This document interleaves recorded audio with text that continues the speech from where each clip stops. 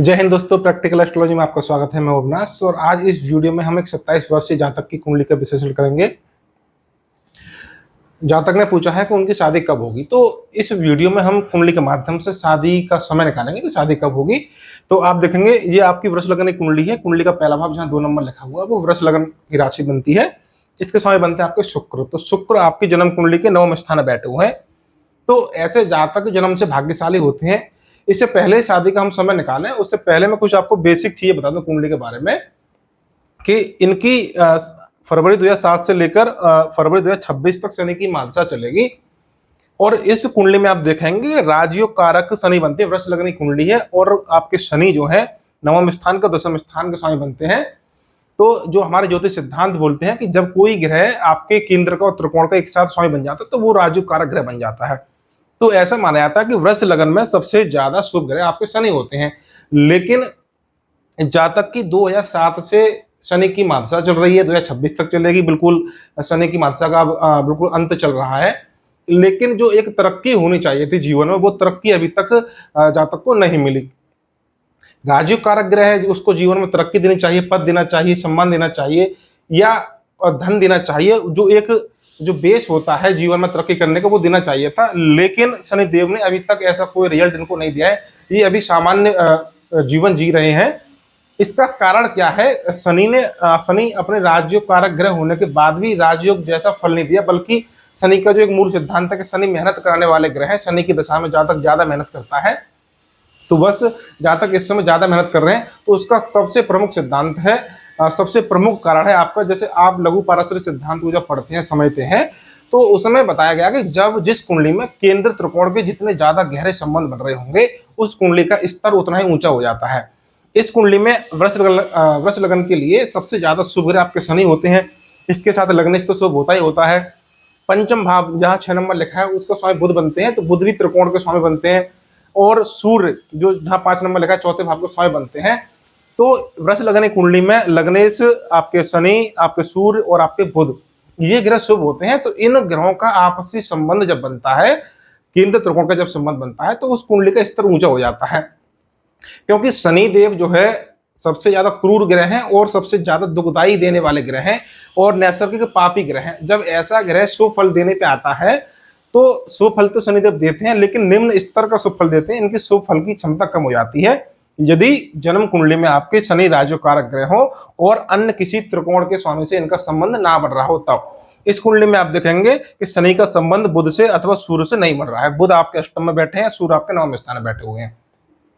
तो यदि किसी कुंडली में, या मैंने बहुत सी कुंडली देखी है जिसमें शनि राजयोग कारक ग्रह है और शनि की दशा चल रही है, लेकिन शुभ फल देखने को नहीं मिला, क्योंकि उस कुंडली में शनि के साथ बुध का अथवा सूर्य का केंद्र त्रिकोण का संबंध नहीं बना। इसलिए किसी भी कुंडली को देखने से पहले केंद्र त्रिकोण के जो राजयोग आपके संबंध बनते हैं उनको विशेष तौर पर देखना चाहिए लघु पारस्परिक सिद्धांत के अनुसार। तो शनि यहाँ पे मेहनत करा रहे हैं, अपना काम वो करा रहे हैं। ये हमारा मूल सिद्धांत हो गया, जो बेसिक मैंने आपको बता दी बात। अब आते हैं शादी की बात पे, कोई शादी कब होगी जातक की। तो शनि की चल रही है मादशा, गुरु का चल रहा है अंतर। तो सबसे पहले हम देखेंगे कि शनि देव में शादी कराने की कोई क्षमता है अथवा नहीं है। तो राजयोग कारक ग्रह होने के नाते कोई भी ग्रह जब राजयोग कारक होता है तो भाग्य की वृद्धि करेगा, कर्म की वृद्धि करेगा और शुभ फल देता है, तो उसके अधीन वो शादी भी करा सकता है।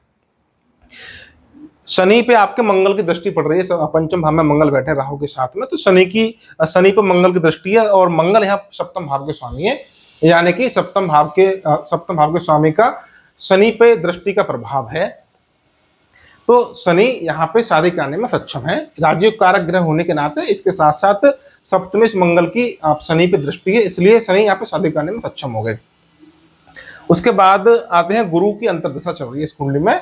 तो गुरु अष्टम भाव के स्वामी, भाग्यस्थान के स्वामी, बैठे शुक्र के साथ है। शुक्र एक तो नैसर्गिक दारा कारक ग्रह होता है, दूसरा लगन के स्वामी के साथ बैठा हुआ, तीसरा इस कुंडली में जैमिनी दारा कारक भी आपके शुक्र बनते हैं। सबसे लोएस्ट डिग्री की ग्रह यहाँ पे आपके शुक्र हैं। तो शुक्र के साथ बैठा ग्रह, क्योंकि नियम यही है कि ग्रह जैसे ग्रहों के साथ बैठेंगे वैसा फल वो देते हैं। तो गुरु शुक्र के साथ बैठा, इसलिए विवाह कराने में सक्षम है। अष्टम भाव की स्वामी भी कई बार शादी करा देते हैं, लेकिन गुरु शादी कराने में सक्षम किस प्रकार है, इसका निष्कर्ष आप नमाज कुंडली से आप देख सकते हैं। नमाज कुंडली में मिथुन आपकी लगन बनती है मिथुन नवांश बनता है, इसके सप्तम भाव में धनु राशि है जिसके स्वामी आपके गुरु बनते हैं। तो जो स्पष्ट आपके लगन कुंडली देख के नहीं हो पा रहा था, कंफ्यूजन पैदा हो रहा होगा कि भाई गुरु आपके अष्टमेश होने के कारण शादी करा पाएंगे या नहीं करा पाएंगे, तो वो नवांश कुंडली में गुरु सप्तम भाव के स्वामी बनते हैं, तो स्पष्ट है कि यहाँ वो शादी करने में सक्षम है, अपनी राशि बैठे हैं। दूसरी बात, महादशा नाथ आपके शनि बनते हैं और अंतदशा आपकी गुरु की चल रही है, दोनों आमने सामने समसप्तक योग जो बोलते हैं वो स्थिति यहाँ पे बन रही है। तो ऐसी स्थिति में गुरु और शनि की दशा शादी कराने में सक्षम हो गई। उसके बाद अब नियम आता है ग्रहों के गोचर का, ग्रहों के गोचर क्या बोल रहे हैं, साथ में ये देखना पड़ता है कि पत्यंत दशा किस ग्रहों की चल रही है। तो सबसे पहले शनि को देखते हैं कि शनि देव अपने यहाँ गोचर में आपका परमिशन दे रहे हैं या अथवा नहीं दे रहे हैं। तो शनि इस समय कुंभ राशि में चल रहे हैं और अपनी दशम दृष्टि से सप्तम भाव को देख रहे हैं। तो इतना काफी हो गया कि शनि ने सप्तम भाव को देख लिया या शादी करने में सक्षम है। इसके बाद क्योंकि गुरु की चल रही है अंतर्दशा और गुरु का गोचर सबसे ज्यादा महत्वपूर्ण है किसी भी शुभ घटना के लिए, तो गुरु 1 मई से वृष राशि में गोचर कर रहे हैं, लगन में ही गोचर में आ गए। तो लगन में बैठ के गुरु आपके जन्म कुंडली के सप्तम भाव को देख रहे हैं, लगन में बैठ के गुरु आपके जन्म कुंडली के मंगल को देख रहे हैं जो कि सप्तम भाव का स्वामी बनता है। और इसके साथ जन्म कुंडली के जो गुरु आपके लगन में गोचर कर रहे हैं वो नवम भाव में बैठे शुक्र को, सूर्य को और गुरु को, तीनों ग्रहों को देख रहे हैं। तो शुक्र आपका नैसर्गिक धारा कारक है, लग्नेश भी है, सूर्य आपके चतुर्थ भाव के स्वामी है और गुरु आपके अष्टम भाव के भी स्वामी है, लाभ भाव के स्वामी है। तो इस प्रकार से आप देखेंगे कि जन्म कुंडली में गोचर के गुरु ने आपके सप्तम भाव के स्वामी को, लग्नेश को, सूर्य को, गुरु को, कई ग्रहों को उन्होंने गोचर में प्रभावित किया है। तो कई ग्रह जब गोचर में जब गुरु प्रभावित करेंगे तो वो साल जीवन में महत्वपूर्ण होने वाली होती है। इससे ये स्पष्ट हो जाता है गुरु इस गोचर में अपनी दशा में, अपनी अंतर्दशा में और अपने गोचर में, वृष राशि गोचर में शादी कराने में पूर्ण रूप से सक्षम है। अब यहाँ पे गुरु का गोचर हमने देख लिया, शनि का गोचर हमने देख लिया। अब महीना निकालने के लिए कि भाई शादी आपकी कब होगी, इनका सामंजस्य ऐसे बनेगा कि भाई आपको पहले मंगल का, शुक्र का गोचर देखना पड़ेगा, सूर्य का गोचर देखना पड़ेगा और इसके साथ आपको पत्यंतर दशा देखनी पड़ेगी कि कौन से ग्रह की पत्यंतर दशा इस समय चल रही है। अभी आज की डेट में बुध की पत्यंतर चल रहा है, फिर केतु का पत्यंतर चलेगा, उसके बाद नवंबर 2024 से अप्रैल 2025 तक शुक्र की पत्यंतर दशा चलेगी। और शुक्र इस कुंडली में, एक तो शुक्र ताराकारक ग्रह स्वयं होते ही हैं, जेमिनी के ताराकारक ग्रह भी आपके शुक्र बनते हैं और साथ में लगन के स्वामी भी आपके शुक्र बन जाते हैं। तो शुक्र की पत्यंतर दशा में शादी संभव है और ये डेट निकलेगी आपकी नवंबर 2024 से अप्रैल 2025 तक। इसमें हमने गोचर यहाँ पे मैंने लिखा नहीं है, मंगल शुक्र गोचर उस समय आपके नवंबर दिसंबर के महीने में आपके गोचर में शुक्र मंगल जन्म कुंडली के शुक्र मंगल को देखेंगे या जन्म कुंडली के सप्तम भाव को और लगन को इस प्रकार से प्रभावित करेंगे। नियम यह है कि आपके गोचर का मंगल, गोचर का शुक्र, जन्म कुंडली के सप्तम भाव, सप्तमेश, लगन, लग्नेश और जन्म कुंडली के शुक्र और मंगल को जो जन्म स्थिति में जो थे आपके शुक्र मंगल की स्थिति, उनको देखते हैं गोचर के मंगल शुक्र। तो ये स्थिति आपकी नवंबर दिसंबर के महीने में बन रही है। इसके बाद सूर्य का गोचर नवांश कुंडली के आधार पर आप देखेंगे तो सिद्धांत है आपका जन्म यदि मकर राशि से लेके मिथुन राशि के बीच में जब आपका सूर्य आपकी जन्म कुंडली में, यानी उत्तरायण उसको बोलते हैं, उत्तरायण यानी कि मकर राशि से लेकर मिथुन राशि के बीच में आपके जन्म कुंडली में सूर्यदेव बैठे हों, तब ऐसी स्थिति में आपकी नवांश कुंडली में जहां आपके गुरु बैठे हैं उसके ऊपर से जब सूर्य का गोचर होता है अथवा उसके त्रिकोण भाव में जब आपके सूर्य गोचर करते हैं उस समय आपके शादी का समय बनता है। तो आपकी शादी का महीना निकालने के लिए इस कुंडली में एक तो शादी का महीना तब निकलेगा जब आपके मीन राशि में आपके सूर्य गोचर करेंगे, उसके बाद जब आपके कर्क राशि में गोचर करेंगे, उसके बाद जब वृश्चिक राशि में गोचर करेंगे सूर्यदेव। तो पत्यंतर दशा के साथ साथ नवंबर दिसंबर के बीच में, 15 नवंबर से लेकर 15 दिसंबर के बीच में आपके सूर्य का गोचर वृश्चिक राशि में होगा। उस समय आपके शुक्र की पत्यंतर दशा भी चल रही होगी। उस समय आपके जन्म कुंडली के मंगल शुक्र को, गोचर के मंगल शुक्र भी प्रभावित कर रहे होंगे। तो गणना कई प्रकार से मैंने कर ली यहाँ पे और निष्कर्ष ये निकलता है कि शादी का महीना आपका 15 नवंबर से लेकर 15 दिसंबर के बीच में, इस समय में शादी होने की प्रबल योग, प्रबल संभावना वह बनती है। इसके बाद हमने यहाँ जेमिनी की सिद्धांत भी यहाँ पे लगाए क्योंकि इस समय मकर राशि की जेमिनी की चरमदशा चल रही है और मकर राशि को आप देखेंगे ये भाग्यस्थान की राशि है। जेमिनी वाले नियम को यहाँ संक्षेप में बताएंगे।